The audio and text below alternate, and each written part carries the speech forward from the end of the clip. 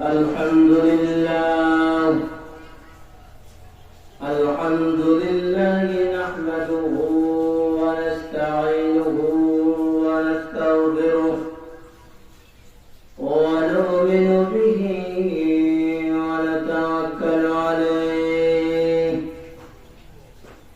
ونعوذ بالله من شرور أنفسنا من يهد الله فلا مضل له ومن يضلله فلا هادي له ونشهد أن لا إله إلا الله وحده لا شريك له ونشهد أن سيدنا وسندنا وحبيب ربنا ومولانا محمدا عبده ورسوله أرسله بالحق بشيرا ونذيرا وداعيا إلى الله بإذنه وسراجا وقمرا منيرا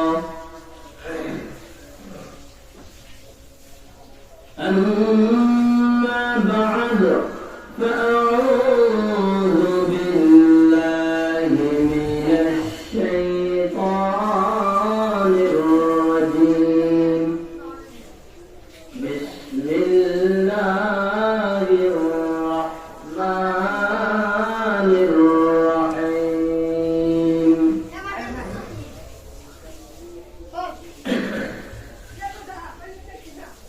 وأقيموا الصلاة وآتوا الزكاة واركعوا مع الراكعين وقال رسول الله صلى الله عليه وسلم الصلاة معراج المؤمنين وقال تبارك وتعالى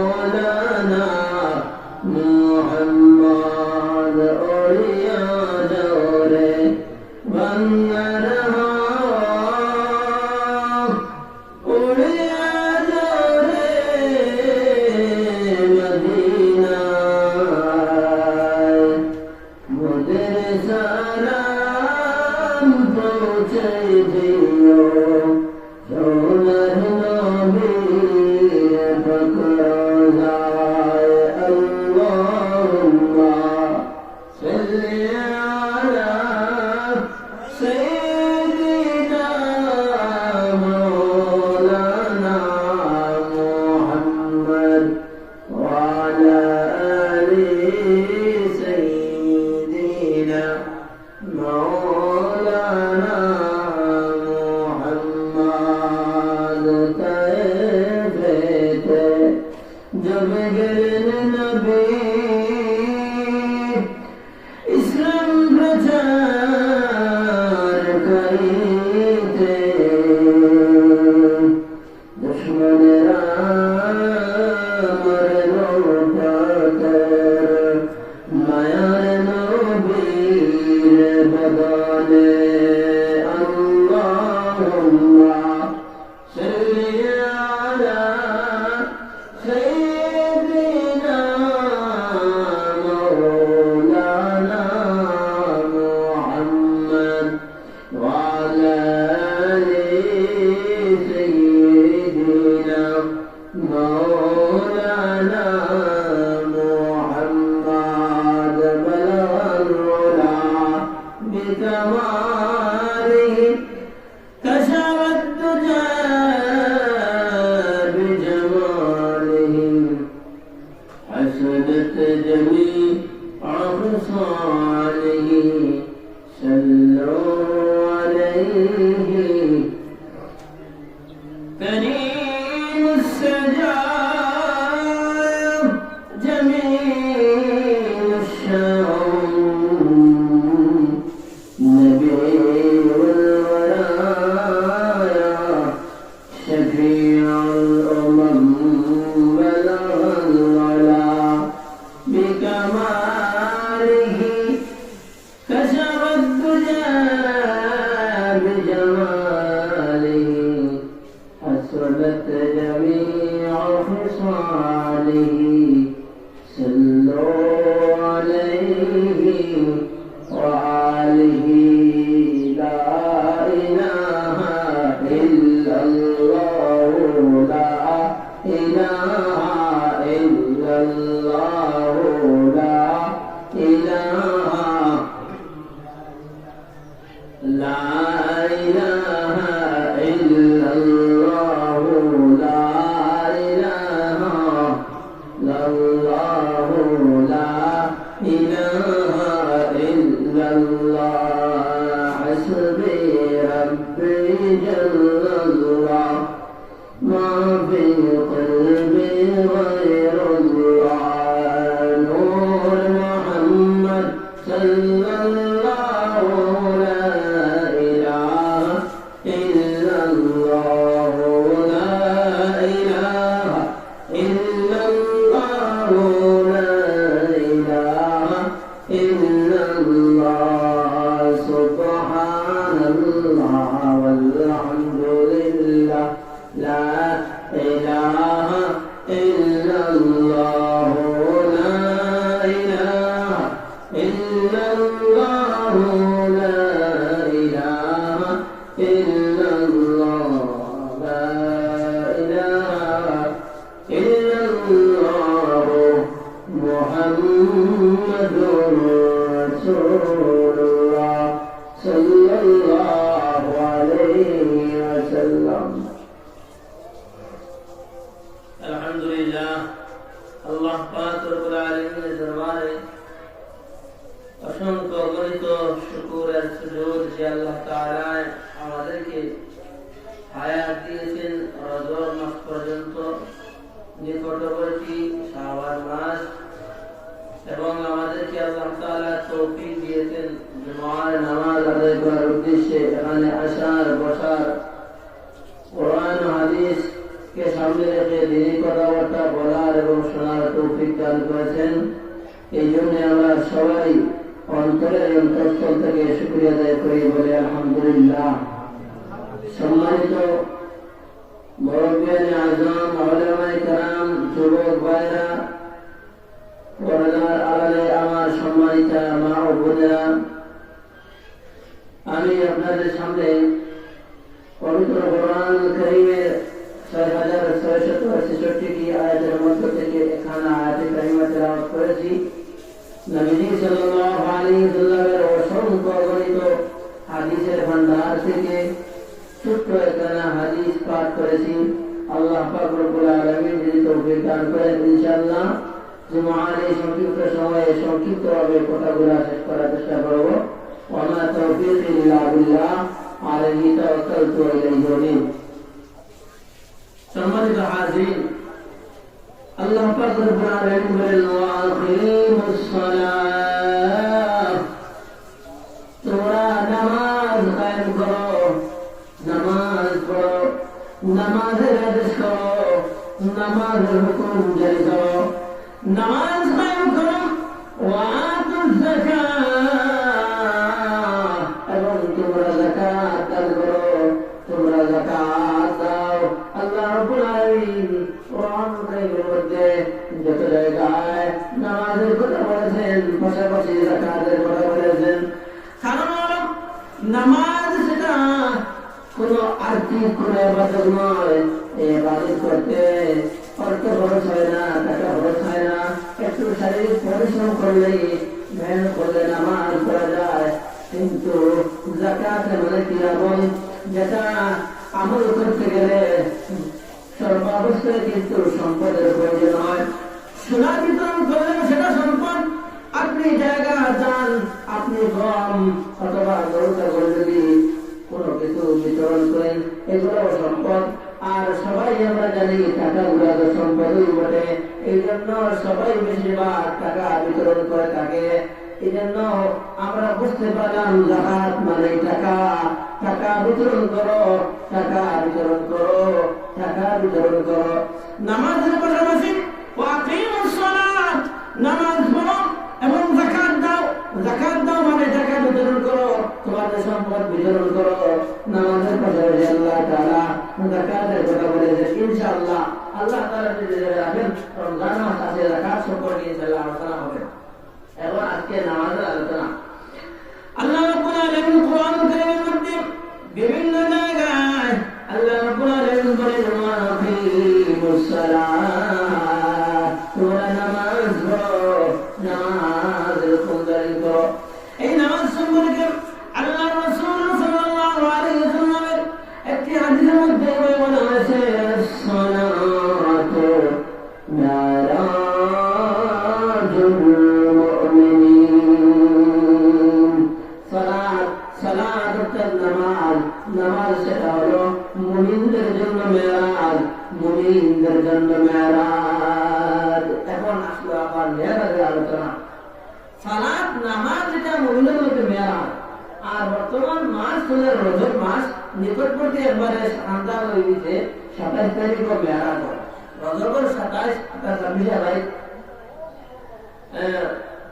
27 দিবাগত রাত, গত রাত সেটা যেটা বলে এটা হচ্ছে মেরাজের রজনী। বেশিরভাগ উলামায়ে কেরামের মতে রজব মাসের 27 তারিখে মেরাজ সংঘটিত হয়েছিল। আমার গত সপ্তাহে আলোচনা হলো মেরাজের আলোচনা। আর এই হাদিসের মধ্যে আছে মেরাজ সম্পর্কে কথা। অর্থাৎ আল্লাহ রাসূল সাল্লাল্লাহু আলাইহি ওয়াসাল্লামের মেরাজ হয়েছিল সকদমে, আর আমাদের মেরাজ হলো নামাজের মাধ্যমে। এই জন্য বিশ্বকবি আল্লামা ইকবাল বলেন ये तेरी मेराज में कचो लोहा कलम तक पहुंचा, और मेरी मेराज में तेरी कदम तक पहुंचा। बलगल बिजमाली कशरत तुझा बिजमाली, हसनत जमी अबसारी, सल्लू अलैहि व आलिहि। अल्लाह रसूल मेराज সরাসরি হুস্তগগনে বহন করা, লোহে কলমে কলম পর্যন্ত পৌঁছা, আল্লাহর জান্নাত লাভ করা, আল্লাহর সাথে সরাসরি গিয়ে কথোপকথন করা। আর আমাদের মেরাজ হলো কোরআন এবং সুন্নাহকে মেনে দিন প্রতিষ্ঠার মাধ্যমে ইসলামের মধ্যে ইয়া আইয়ুহাল্লাযীনা আমানু দুখুলু ফিস-সিলমি কাফা, ইসলামের মধ্যে পরিপূর্ণভাবে প্রবেশ করার মাধ্যমে, খাঁটি মুমিন মুসলমান হওয়ার মাধ্যমে আল্লাহর রাসূলের এই কদম পৌঁছা। আল্লাহ রসুলের কদম পর্যন্ত পৌঁছানো। আল্লাহ রসুলের কদম পর্যন্ত ওনার নিকটবর্তী যদি হয়ে যেতে পারি, তাহলে তো আমরা আল্লাহ রসুলের দলভুক্ত হয়ে গেলাম। আর রসুলের দলভুক্ত হয়ে গেলে রসুল বলেন, মান আহাব্বা সুন্নতি ফাকাদ আহাব্বানি, যারা আমার সুন্নতকে মহব্বত করলো তারা যেন আমাকে প্রকৃতপক্ষে মহব্বত করলো। ওয়া মান আহাব্বানি, আর যারা আমাকে মহব্বত করলো কানা মা'i ফিল জান্নাহ, তারা আমার সাথে জান্নাতের মধ্যে প্রবেশ করবে। বলুন সুবহানাল্লাহ। এই জন্য রসুলের কদম পর্যন্ত রসুলের নিকটবর্তী আল্লাহ তাআলা আমাদেরকে হওয়ার তৌফিক দান করুন। সময় আস্তে আস্তে শেষ হচ্ছে, একটি কথা স্মরণ করে দিই। মসজিদের দক্ষিণ সাইড দিয়ে আমরা যারা আসবো, কষ্ট করে একটু পূর্ব সাইডে গিয়ে দিয়ে আমরা চেষ্টা করবো। এদিকে দলিলের সুতা টাঙানো হয়েছে, এটার সমস্যা হচ্ছে। উত্তর সাইডে যারা আসবো আমরা তো আসবোই পূর্ব গেট দিয়ে, দক্ষিণ সাইডে যারা আসবো কষ্ট করে আমরা সামনের রোড দিয়ে এসে পূর্বের গেট দিয়ে ঢোকার চেষ্টা করবো। সাল্লাল্লাহু আলা মুহাম্মাদ সাল্লাল্লাহু আলাইহি ওয়াসাল্লাম, সাল্লাল্লাহু আলা মুহাম্মাদ সাল্লাল্লাহু আলাইহি ওয়াসাল্লাম। সম্মানিত হাজির, গত সপ্তাহে বলেছিলাম আল্লাহ রাসূল সাল্লাল্লাহু আলাইহি ওয়াসাল্লামের মেরাজ সংঘটিত হয়েছিল। সশরীরে আল্লাহ রাসূল সাল্লাল্লাহু আলাইহি ওয়াসাল্লাম রজব মাসের 27 তারিখের দিবাগত রাত্রি আল্লাহ রাসূল সাল্লাল্লাহু আলাইহি ওয়াসাল্লাম রাত্রি গমন অর্থাৎ রাত্রি যাপন করবেন, ঘুমে হয়ে যাবেন। এমন অবস্থায় আল্লাহ রাসূলকে হুকুম করা হলো, আজকে অন্যত্র চলে যাও, অর্থাৎ বিছানা বদল করো, অন্য জায়গায় ঘুমাও। আল্লাহ রাসূল সাল্লাল্লাহু আলাইহি ওয়াসাল্লাম এমন অবস্থায় ওনার কাছে যখন উম্মে হানি ঘরে উনি বিশ্রাম করেন, এমন অবস্থায় সিনের মধ্যে এইভাবে এসেছে আল্লাহ রাসূল সাল্লাল্লাহু আলাইহি ওয়াসাল্লাম শুয়ে আছেন, ঘুরে নয়, জাগ্রত অবস্থায়। এমন অবস্থায় তিনি এইভাবে শোয়া, উপরের দিকে তাকিয়ে দেখেন ঘরের ছাদ ফাঁকা হয়ে গেছে। ঘরের মধ্যে যে ছাদ ছিল, ছাদ ফাঁকা হয়ে গেছে, একটি সুড়ঙ্গ হয়ে গেছে। এখান থেকে আকাশ দেখা যায়, মনে হচ্ছে যেমন এখান দিয়ে কোনো কিছু আসবে করা যাবে, এমন একটি চিত্র হয়ে গেছে। আল্লাহ রাসূল সাল্লাল্লাহু আলাইহি ওয়াসাল্লাম ভাবতে লাগলেন এখানে কি হবে।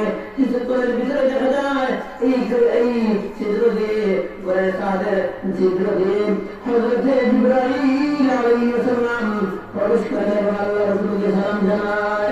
তখন জিবরাইল আলাইহিস সালাম আসতে গেলে যে ঘরের মধ্যে ছাদর খানা দেওয়া লাগবো, খানাটা ঢুকা লাগবো, দরজাটা লাগবো, এটা কোনো শর্ত নাই। জিবরাইল আলাইহিস সালাম যে কোনো জায়গায়, যে কোনো সময়, যে কোনো মুহূর্তে জিবরাইল আলাইহিস সালাম আল্লাহর নবীর কাছে আইসন, আল্লাহ রাসূলের কাছে সব জায়গায় গারে হেরার মধ্যে আয়াত কোরআন শরীফ নাযিল করতেন, সব জায়গায় সব অবস্থায় বেরোন। হযরত ইউসুফ আলাইহিস সালামের কুয়ার মধ্যে হারাইছেন, তার বাইনতে এগারো বাইন মিলিয়ে কুয়ার মধ্যে হারাই গেছেন। এখন কুয়ার মধ্যে কি লাগা হয়, এটা তো বাঁকা কঠিন জায়গা, কোন জায়গার মধ্যে জিবরাইল আলাইহিস সালামকে নামলে আল্লাহর হুকুমে আনামটা সুন্দর লাগা হয়ে গেছে, পরবর্তীতে উদ্ধার হয়েছেন। ঘটনা এদিকে লম্বা। জিবরাইল আলাইহিস সালাম অসংখ্য নবীদের কাছে যে কোনো জায়গায় যে কোনো মুহূর্তে যেতে পারেন, কিন্তু আল্লাহর রাসূলের কাছে মেরাজের রজনী আইতে গিয়া চিত্র হল না। আর একটা বিশেষ সংঘটিত হবে, অলৌকিক একটা বিশেষ ঘটনা ঘটবে, এই জন্য এটা সম্পর্কে দলিল হিসাবে, সাক্ষী হিসাবে কিছু ঘটনার উল্লেখ করার জন্য এই চিত্র দেওয়া হয়েছিল। অটোমেটিক চিত্র হয়ে গেল। চিত্র দিয়ে হযরত জিবরাইল আলাইহিস সালাম আল্লাহ রাসূল সাল্লাল্লাহু আলাইহি ওয়াসাল্লামকে রব্বি কারীমের পক্ষ থেকে সালাম জানালেন, আসসালামু আলাইকুম ইয়া রাসূলুল্লাহ। রাসূলকে সালাম জানানোর পরে আল্লাহ রাসূলকে ঘরের বাইরে নিয়ে যাওয়া হলো। এখান থেকে নিয়ে যাওয়া হলো হাতিমে কাবার মধ্যে, কাবা চত্বরে নেওয়ার পরে এখানে আল্লাহ রাসূলের সিনা ছাপ করানো হলো।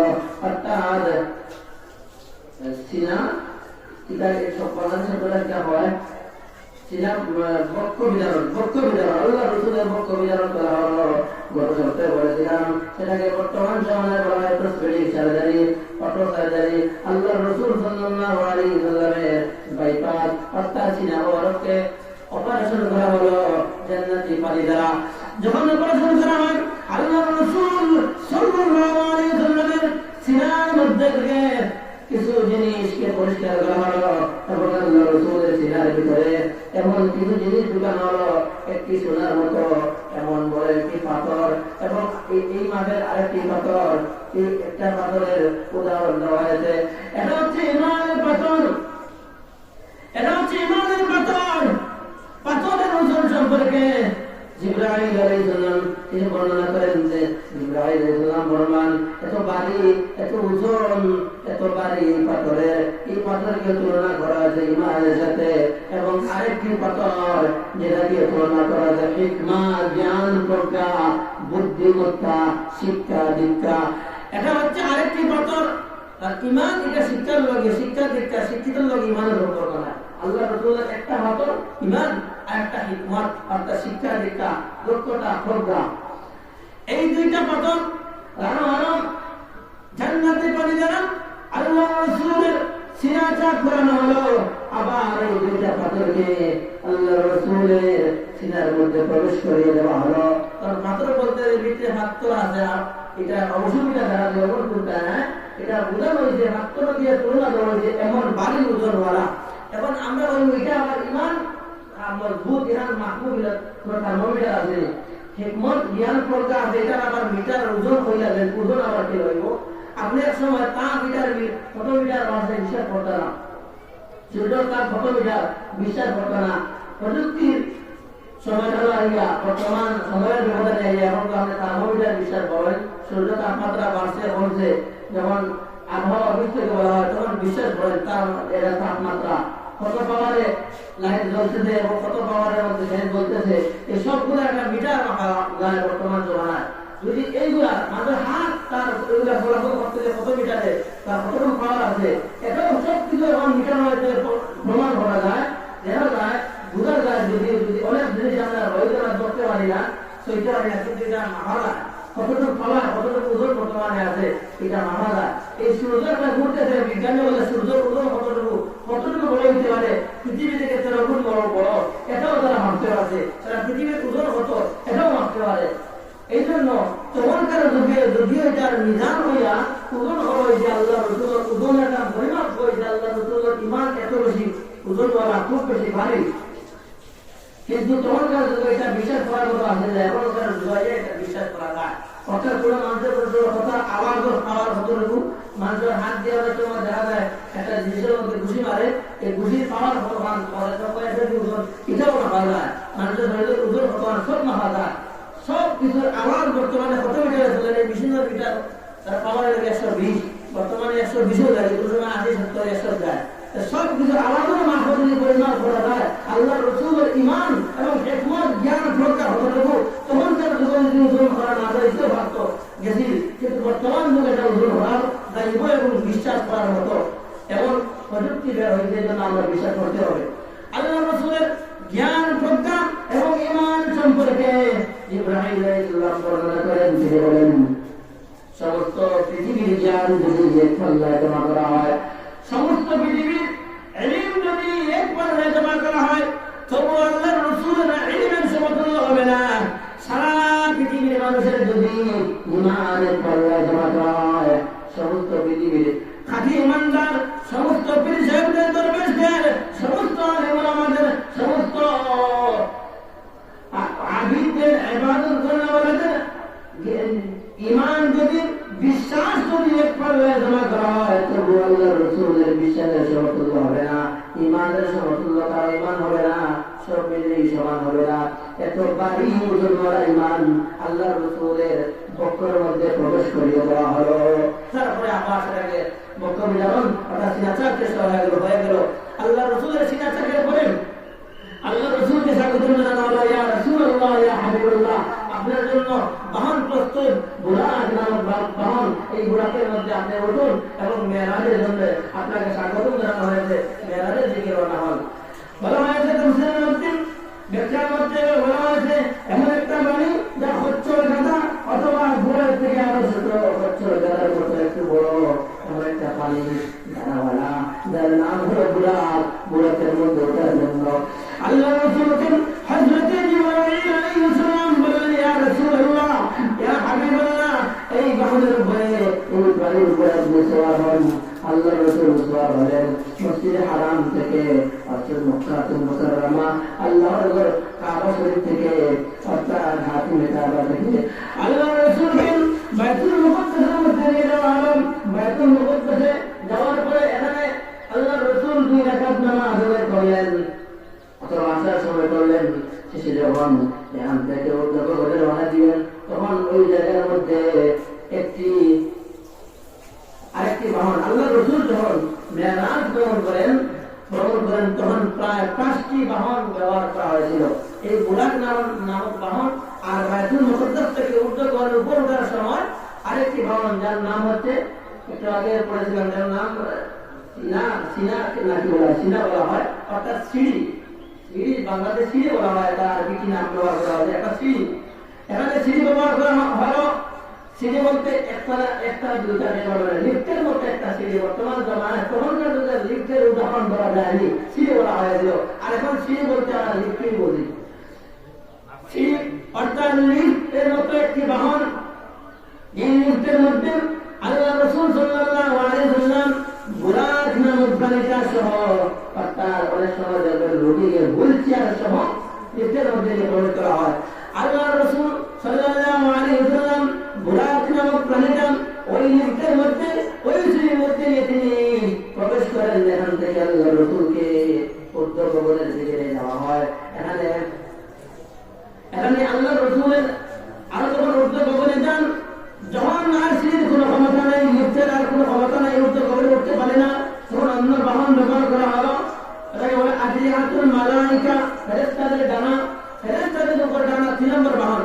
ফেরেশতাদের ডানার উপরে ভর করে আল্লাহ রাসূল সাল্লাল্লাহু আলাইহি ওয়াসাল্লাম ঊর্ধ্ব ভবনে ভ্রমণ করতেছেন। এবং চতুর্থ নম্বরে জিবরাইল আলাইহিস সালামের ডানা। ফেরেশতাদের ডানা কি? আর জিবরাইল, ফেরেশতা বলতে সব ফেরেশতা সমান না। ফেরেশতাদের যেখানে যে দায়িত্ব সেই দায়িত্ব পালন করে, কিন্তু জিবরাইল আলাইহিস সালাম এমন এক ফেরেশতা, যার ডানাও আছে, ডানা হয় 600 ডানা আছে, এবং তাদের এমন পাওয়ার, সব নবীদের কাছে তো আইজল। তাই আল্লাহ রাব্বুল আলামিনের যত সৃষ্টি আছে, যে কোনো সৃষ্টির মধ্যে, জগতের মধ্যে, যে কোনো আলোর মধ্যে, জগতের মধ্যে আল্লাহ তাআলা যদি করেন, মুহূর্তের মধ্যে দেখতে পারেন। যেমন কুরবানির সময় ইসমাঈল আলাইহিস সালামকে যখন ইব্রাহিম আলাইহিস সালাম কুরবানি দিবেন, তার ইব্রাহিম আলাইহিস সালামের হাতের ছুরিটা ওটার মধ্যে নিতে মাত্র 2 বা 3 সেকেন্ডের সময়, এই সময়ের ভিতরে গলা কেটে যাবে। তখন আল্লাহ আরশ কম্পন করলো, আল্লাহর আরশ কেঁপে উঠলো আর বললো, আমার ভালোবাসায়, আমার মহব্বতে আমার বন্ধু খলিল ইব্রাহিম আলাইহিস সালাম তার সন্তানকে জবাই করে ফেলতেছে, আমাকে বলার জন্য আমি হুকুম করেছি, পরীক্ষা করেছিলাম, আমাকে বেশি মহব্বত করে না, তার সন্তানকে বেশি মহব্বত করে। আমার বন্ধু পরীক্ষার মধ্যে পাস করে গেছে। এই ইব্রাহিম, তুমি জলদি করে চলে যাও মিনার ময়দানে, আমার বন্ধুর সন্তান ইসমাঈল আলাইহিস সালামকে তুমি রক্ষা করো এবং জান্নাত থেকে দুম্বা নিয়ে যাও, সেটা কুরবানি হয়, দুম্বাটা কুরবানি হয়। তখন সেকেন্ডের মতো সময়, এত উপর থেকে সিদরাতুল মুনতাহা, কত উপরে, সিদরাতুল মুনতাহা থেকে হযরত ইব্রাহিম আলাইহিস সালাম বলেন, আমার যে 600টা ডানা আছে, ইব্রাহিম আলাইহিস সালামের মাত্র 2টা ডানার নিচে পৃথিবী ঘুরে যায়, সে 2টা ডানা যদি বিস্তার হবে। কিন্তু ওই দিন ইব্রাহিম আলাইহিস সালাম বলেন, আমার 600টা ডানা একসাথে আমি বিস্তার করে দিলাম, মুহূর্তের ভিতরে মিনার ময়দানে চলে আসলাম। মুহূর্তের মধ্যে ইসমাঈল আলাইহিস সালামকে নিচ থেকে, শরীর নিচ থেকে আমি সরিয়ে দিলাম এবং জান্নাতি দুম্বা দিলাম। দেখা গেল কুরবানি দিতে যখন চক্ষু খোলা হলো, সন্তানের চক্ষু বাঁধা, বাবার চক্ষু বাঁধা, চোখে চোখ যদি লেগে যায়, মায়া মোহাম্মদ লাগতেই পারে, এই জন্য ইংরেজটা দিল। তখন চোখ করে দিলেন ইসমাঈল আলাইহিস সালাম হারা, আর এখানে জান্নাতি দুম্বা জবাই করা। আলোচনা করে না, আলোচনা আছে ইব্রাহিম আলাইহিস সালামের 600টা ডানা আছে। আল্লাহ রাসূল সাল্লাল্লাহু আলাইহি ওয়াসাল্লামকে আজরাতুল মালাইকা, ফেরেশতাদের নামে তুমি আরো করে নিয়ে যাওয়া হয়। পরবর্তী যখন এই ফেরেশতাদের ডানা আর কাজ করে না, আর উপরে যাওয়ার কোনো ক্ষমতা নেই, তখন জিবরাইল আলাইহিস সালাম ওনার ডানা তার মাধ্যমে সিদরাতুল মুনতাহা। এত বলেন আল্লাহ রাসূল সাল্লাল্লাহু আলাইহি ওয়াসাল্লামকে নিয়ে গেলেন সিদরাতুল মুনতাহা যাওয়ার পরে ইব্রাহিম আলাইহিস সালাম আর কোনো অনুমতি দেয়। আল্লাহ তাআলা বলেন ইব্রাহিম তুমি আর সামনে দিকে আর কইরা শুধু আমার হাবিব আমার বন্ধু সামনে দিকে আর কইবা। এই যে আলোচনা করে যায় এর আগে হয় একটা আসমান গেছে গিয়া আল্লাহ রাসূল সাল্লাল্লাহু আলাইহি ওয়াসাল্লাম যখন এইভাবে বাইতুল মুকাদ্দাস থেকে যখন উর্দুবনের দিকে ভ্রমণ করেন আল্লাহ রাসূল সাল্লাল্লাহু আলাইহি ওয়াসাল্লাম প্রথম আসমান যখন ওঠেন তখন আমাদের একজন মুরব্বী দাঁড়িয়ে পাটনা মুরব্বীকে তিনি বসতে দেখেন দেখে আল্লাহ রাসূল সাল্লাল্লাহু আলাইহি ওয়াসাল্লাম সালাম দিলেন। এর আগে আরেকটা আল্লাহ রাসূলের সাথে হযরত ইব্রাহিম আলাইহিস সালাম রহমতের ফেরেশতাগণ প্রথম আসমানে যখন গেলেন তখন প্রথম আসমানে কি দরওয়াজা আছে আমরা তো গিয়ে দেখি না, তবু বিশ্বাস করতে হবে। প্রথম আসমানের দরওয়াজার মধ্যে গিয়ে সালাম দেওয়া হলো, বলা হলো দরজা খোলার জন্য। ওই আসমানের নির্গত ফেরেশতার নাম হলো মালিক ফেরেশতা। তিনি বলেন আপনারা কারা, কি জন্য এসেছেন? জিবরাইল আলাইহিস সালাম বলেন আমি জিবরাইল আলাইহিস সালাম। ওই ফেরেশতা বলেন কি জন্য এসেছো? জিবরাইল আলাইহিস সালাম বলেন আমি আজকে আমার একজন মেহমান সাথে এসেছি।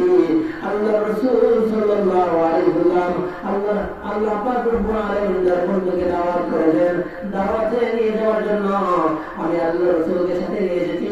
আপনি দরজা খুলুন। যখন আল্লাহ রাসূল সাল্লাল্লাহু আলাইহি ওয়াসাল্লামের সাথে আছেন মেরাজে যাবেন, আল্লাহর সাথে সাক্ষাৎ হবে, যখন পরিচয় হইলেন তখন ওই ফেরেশতা দরজা খুলে দিলেন। এখান থেকে একটা মাসলা বোঝা গেল কেউ বাড়ি থেকে প্রবেশ করতে হয়, ঘর প্রবেশ করতে হয়, বিনা অনুমতিতে প্রবেশ করা যাবে না। আল্লাহ রাসূল কত বড় মেহমান, তবু অনুমতি লইয়া প্রবেশ করা লাগে না, কত পাকমানো দরকার।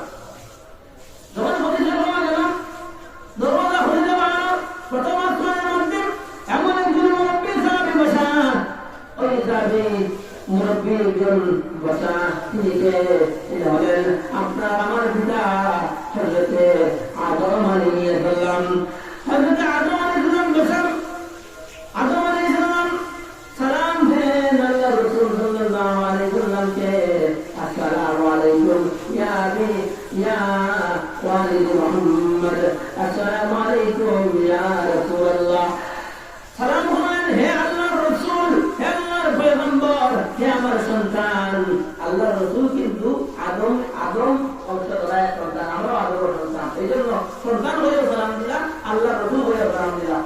সালাম দেওয়ার পরে উত্তর দেওয়া হলো, কথাবার্তা হলো, কথাবার্তার মধ্যে থেকে দেখা যায় হযরত আদম আলাইহিস সালাম ডান দিকে যখন তাকান তখন হযরত আদম আলাইহিস সালাম তিনি হাসেন, মুস্কি হাসেন, বড় ফুর্তি পান, বড় ভালো লাগে। আবার কথাবার্তার মধ্যে দিয়ে হযরত আদম আলাইহিস সালাম আপনার আমার পিতা আমি পিতা। হযরত আদম আলাইহিস সালাম যখন বাম দিকে তাকান তখন চেহারাটা মলিন হয়ে যায়, বেকার হয়ে যায়, দুঃখ লাগে, কষ্ট লাগে, চোখ থেকে পানি পড়ে।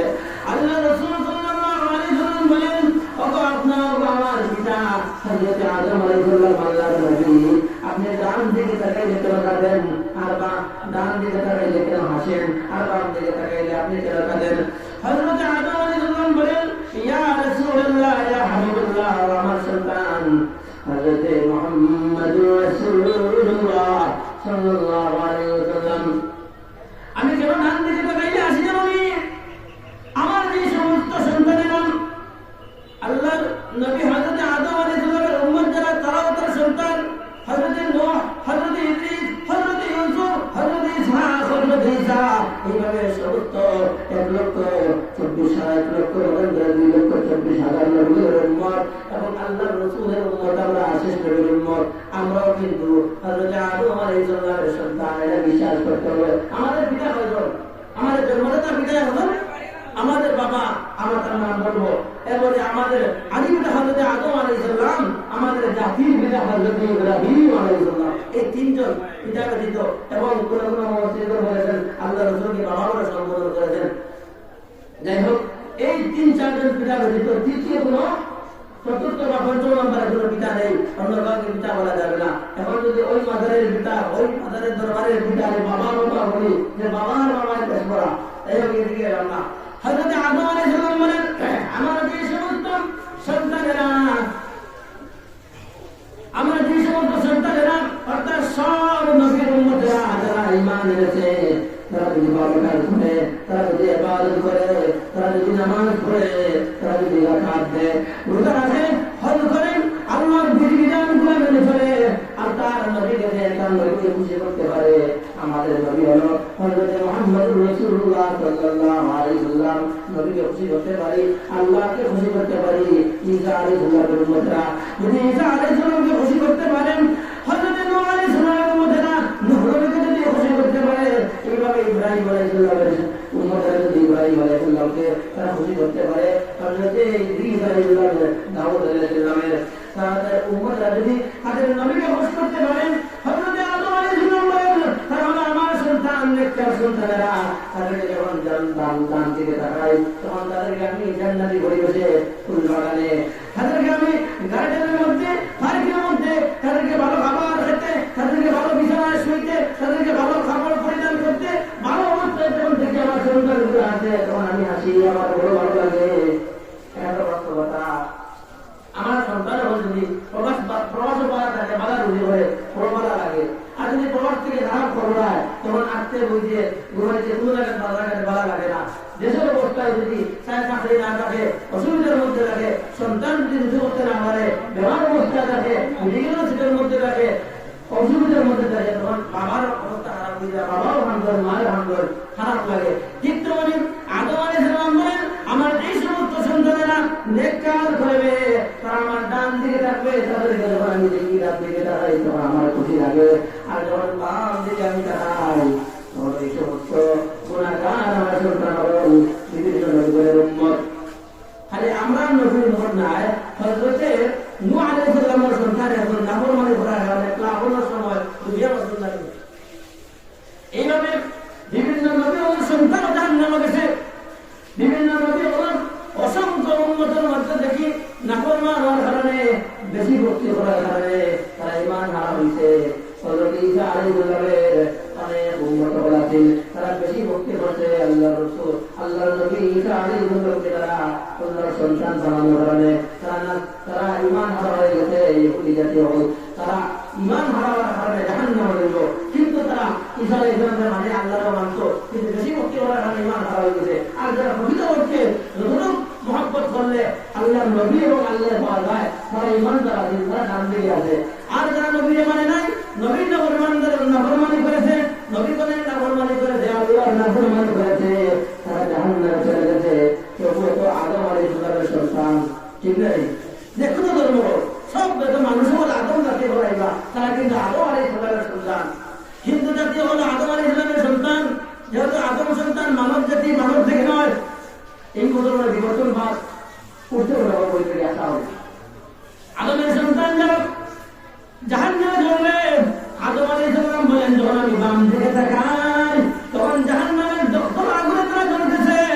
জাহান্নামের দুর্গন্ধওয়ালা জাক্কুম ফল, জাহান্নামের খারাপ গোছাওয়ালা ফলগুলো খাইতেছে, জাহান্নামের আগুনে জ্বলতেছে। জাহান্নামের রক্ত ভুলে মিশা আর দগ্ধ আগুনের মধ্যে হাবুডুবু খাইতেছে। এত কষ্ট করতেছে যখন আমার সন্তানেরা, যখন আমি বাম দিকে তাকাই, যার পরে আমি বাবা হিসাবে আমার আর সহ্য হয় না, আমার কান্না চলে আসে। এই প্রথম আপনার আল্লাহ রসুলের প্রথম আসমানে আরো অনেক দেখা ও সমস্ত কথাবার্তা হয়েছে। দ্বিতীয় আসমানে হযরত ইউসুফ আলাইহিস সালাম, তৃতীয় আসমানে হযরত মূসা আলাইহিস সালাম। ইনশাআল্লাহ আল্লাহ তৌফিক দিলে ওই মুআখির দাওয়ানা আলহামদুলিল্লাহি রাব্বিল আলামিন। সাল্লাল্লাহু আলা সাইয়্যিদিনা ওয়া মাওলানা মুহাম্মদ ওয়া আলা আলিহি ওয়া আসহাবিহি ওয়া সাল্লাম। আস্তাগফিরুল্লাহ, ইন্নাল্লাহা গফুরুর রহিম। আস্তাগফিরুল্লাহ, ইন্নাল্লাহা গফুরুর রহিম। ওদিকে আইয়া উপরে গিয়ে ঢোকার চেষ্টা করবো, আমরা আগে পাবছি যে বাবা বলি তারা যেন সমস্যা করবো। আস্তাগফিরুল্লাহ, ইন্নাল্লাহা গফুরুর রহিম। আস্তাগফিরুল্লাহ আল্লাযী লা ইলাহা ইল্লা হুয়াল হাইয়ুল কাইয়্যুম ওয়া আতুবু ইলাইহি ওয়া লা হাওলা ওয়া লা কুওয়াতা ইল্লা বিল্লাহিল আলিয়্যিল আযীম। আশহাদু আল্লা ইলাহা ইল্লাল্লাহু ওয়াহদাহু লা শারীকা أشهد أن محمدا عبده ورسوله لا إله إلا الله محمد رسول الله. الحمد لله.